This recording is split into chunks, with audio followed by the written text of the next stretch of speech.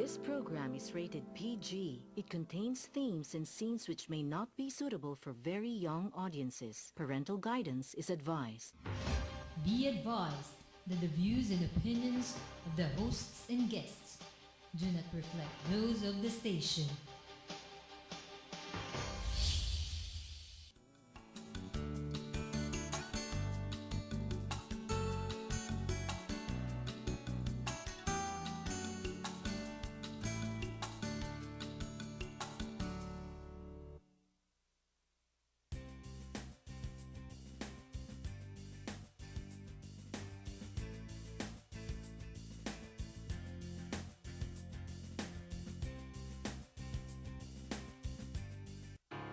It's time. I am a young Filipino and I am now making a stand. A stand for my God, My country, my people. a stand against poverty. I will end the number one poverty of all in our country. Poverty of the mind and heart, I will replace my colonial mentality. with a proudly Filipino bayanihan mentality. God did not make a mistake in creating me Filipino. I am honoring God's plan for me as a Filipino by loving my country. I am joining the fight to end poverty, not just in words, but more so in action. I will not stand by idly as millions of my fellow Filipinos go hungry While I pursue my dreams and build my riches. I will take on the dream of those who have lost their capacity to dream. I dream of a prosperous, slum-free Philippines. A people who will not merely be consumers, but also producers. I dream of Filipino brands which will be globally recognizable. Filipino brands that do not leave the poor behind. I will produce such a brand. Through entrepreneurship, I will make this dream come true. Not just ordinary entrepreneurship, but inclusive entrepreneurship. Living in a country so rich in natural resources, And being among gifted people. no reason exists why I should fail. I will be my brother's keeper. I will help the poor become full. I will make the poor a dignified partner in my business. I will end poverty by creating wealth, not just for me and my family, but also for the poor, because the poor is my family. I will use my time to make productive the time of the poor. I will use my talent to help the poor uncover theirs. I will use my treasure to invest in the poor. And together, we will build a worthy treasury for all. I will be the next to come. Come, join me. Good evening, ladies and gentlemen. Welcome to Philippines Uncut. I'm your host, Buddy Kunana. On this show, we talk about everything in the sun. And tonight, we're going to be talking about Good News Philippines, specifically about social entrepreneurship or social enterprise, this powerful medium for social change and nation building. And joining us today are three very dynamic personalities at this, spearheading this initiative in the country. I have with me Rose Cabrera. She's the Director of Geekonomics and the owner of the Mambuhay Rest Stop. We have Pinky Po, the Director of Geekonomics also. And finally, last but not least, former Mayor Freddie Tinga, who is the President of GETT. So, good evening, ladies and gentlemen. Welcome to Philippines Uncut. Having us, buddy. No, pleasure to have you, you guys here. Now, let's start off the discussion with some introductions. Let's start with the ladies. Lady in red first. Pinky. Hi, I'm Pinky Po. I'm a director of Geekonomics, one of the 5 co-founders. In Geekonomics, we partner with Gawad Kalinga to build social enterprises in the GK communities to really address the question of sustainability. What now after the homes? Very nice. Pinky. Rose. Hi, yes. I'm also a co-founder of Geekonomics. I'm a long-time GK volunteer, and I used to be based in the States. I also I'm a lawyer by profession, but now I claim to be a social entrepreneur. So I set up Mambuhay Rest Stop, which is a social tourism enterprise, among other things. And we are now really very much into promoting social enterprise as a way out of poverty for our country. Excellent. Ready? Yeah, well, I'm a big fan of social enterprise. Used to be in government for a very long time, for me at least, a dozen years. And my take on this is I really wanted to make a difference. I think there's a way to do that in government. And fortunately for me, I think there's an even bigger way to do that once you're outside and you've figured out a model to do it with. How does it feel being a private citizen after being mayor of Taguig for 9 years, and now you're involved in this? I mean, how does it feel to segue into this field? Well, I've always thought that being in government was a temporary gig. You know, it's something I felt that if you have the opportunity to step in those shoes and do something to help the country in an official capacity, do it. The problem with doing it is if you fall in love with the perks and the power, then your priorities start changing. So I've always said, I'll do this, but at some point in time, when they still like you, while they still like you, because at some point in time they will hate you. While they still like you, if you have the opportunity to do something else that will still make a difference, probably on a bigger scale, if you have that chance, do it. No? So this is the chance that's been given to me. And it's great, and I think what I've learned in government and what I've learned from the private sector as well is all coming together to do what we're doing now. And it says here you're president of GETT. What is it's GET. It's Global Electric Transportation. This is a joint venture between a group here in the Philippines as well as an American group based in Portland, Oregon, actually Vancouver, Washington.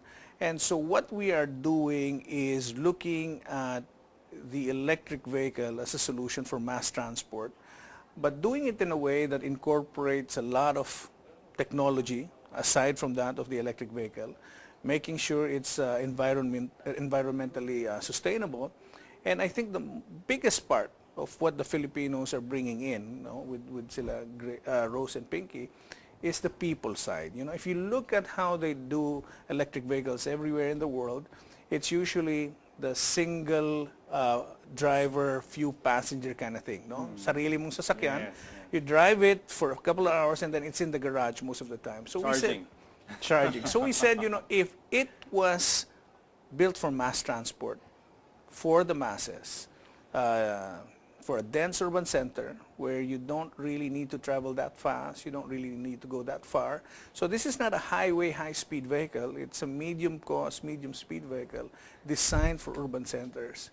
It's actually a perfect fit.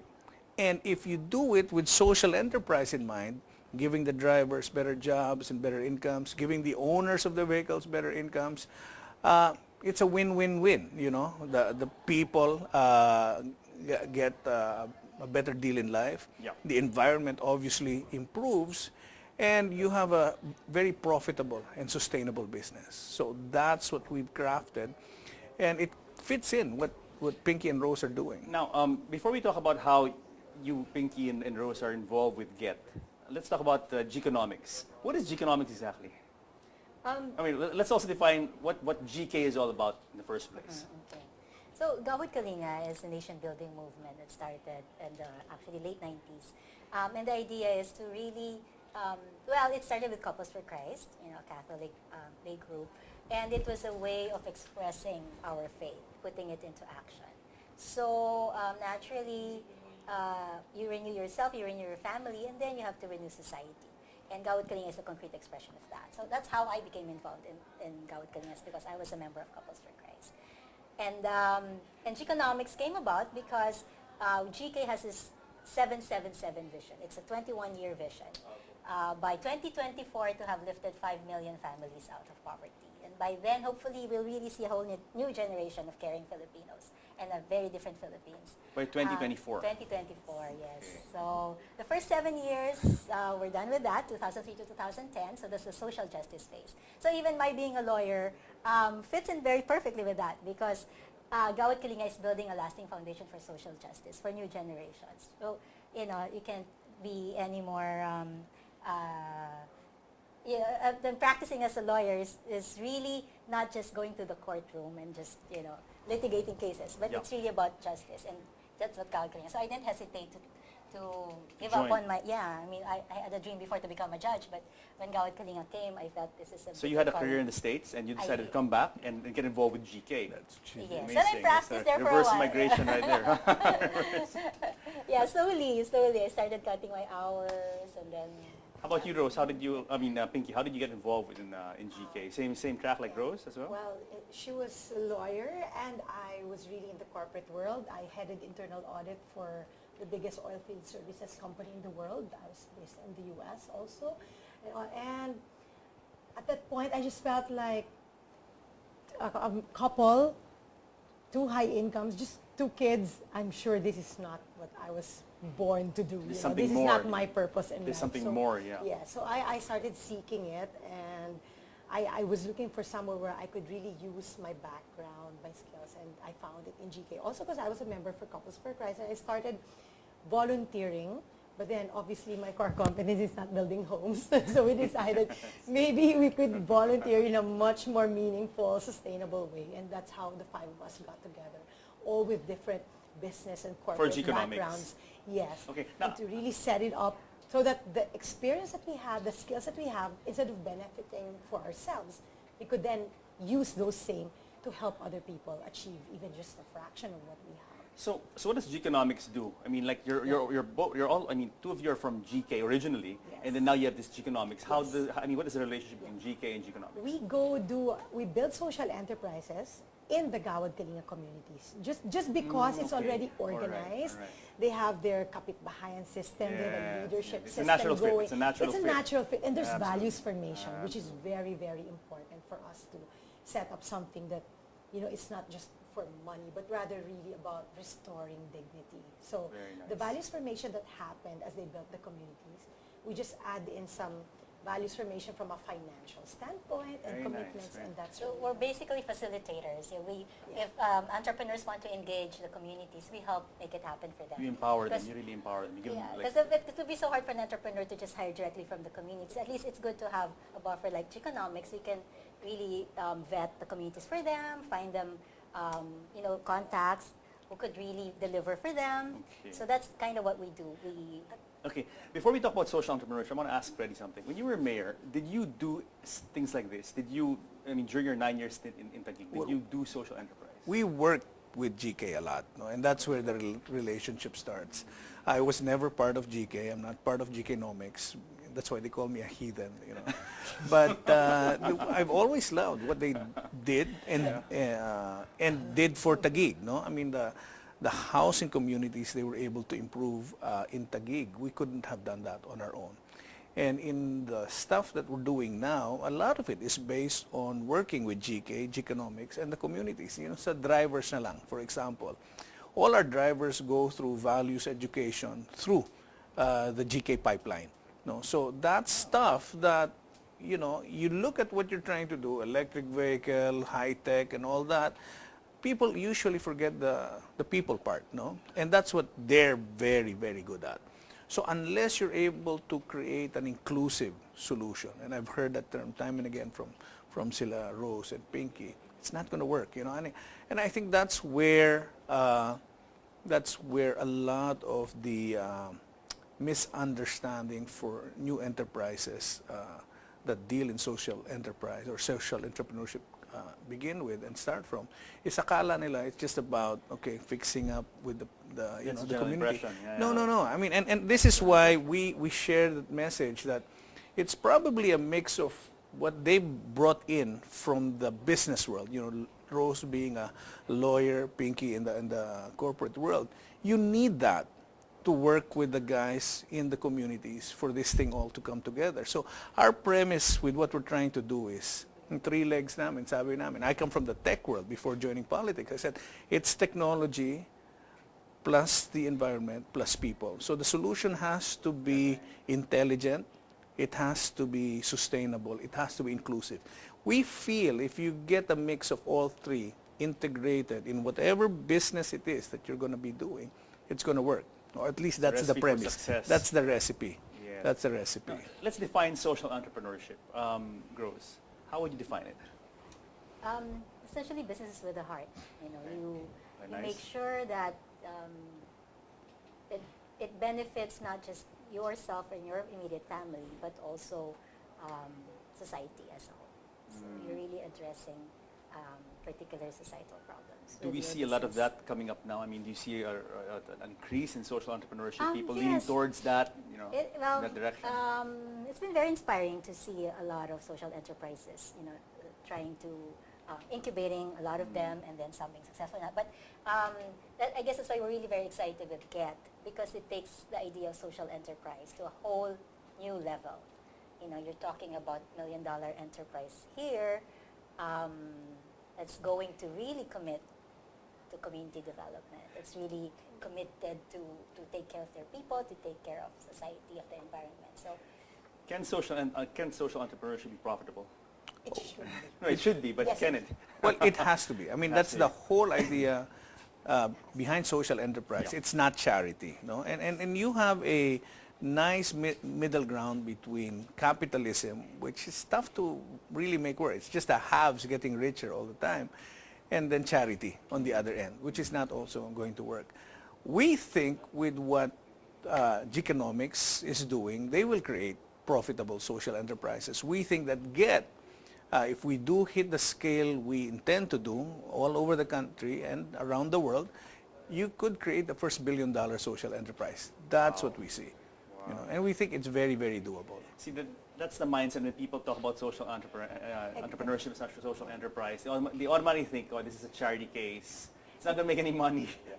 Exactly, and right now, like we've always been invited to a lot of fora asking us to define social enterprise, and there's no agreed definition of social enterprise. Some say it should be profitable, some say it shouldn't be. Really? And There's some people say it shouldn't be only profitable. because they differentiate business for profit and social enterprise. To me, the day should come when we do not even need to define an enterprise as social. It should be. That should be a norm. Automatic. It should be a norm for sure. that we do business with a heart. For sure. That when we want to profit, we take people along with us, and we do not leave anyone behind.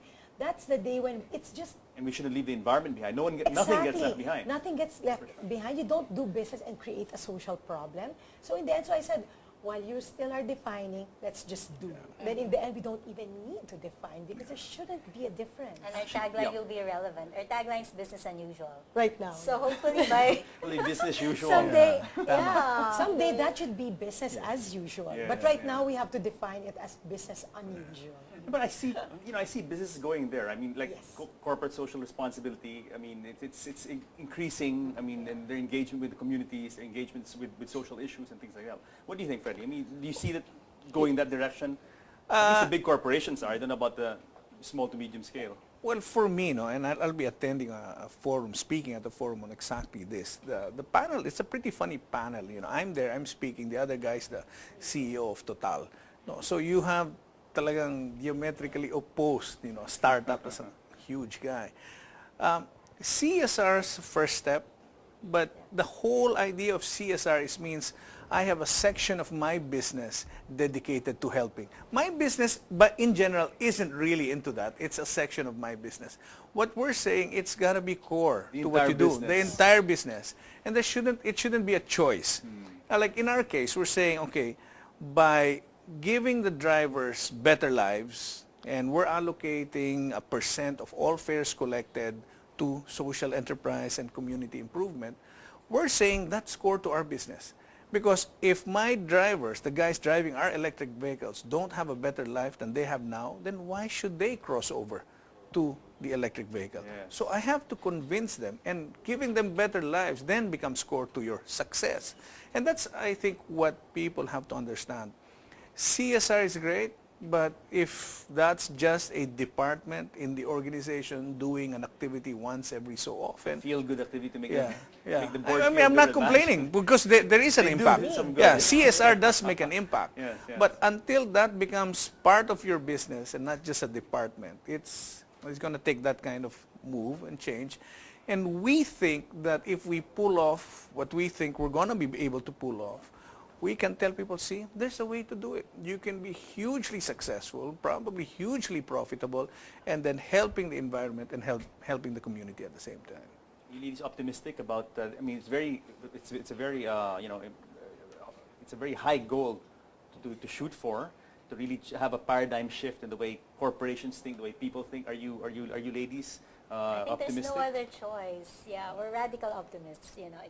I like that word. We just Radical have to optimist. try. Good word. Good word. Just gotta do it. We're Good here. word. At the start of our work, people were calling us, GK, mga gaga kayo. Because they just felt it's so not doable. And we're like, we really believe it is. Yeah, I mean, it's the kind of thing, it's telling people about this crazy company, you included, in what we were doing. Yeah. If I had told you a year ago that we would launch an electric vehicle company and Obama would come in to endorse it, you'd have called me crazy, right? Yes. But now I tell you, I ask you, so when's the last time a U.S. president came over to endorse a Filipino product? Never. Never. Never.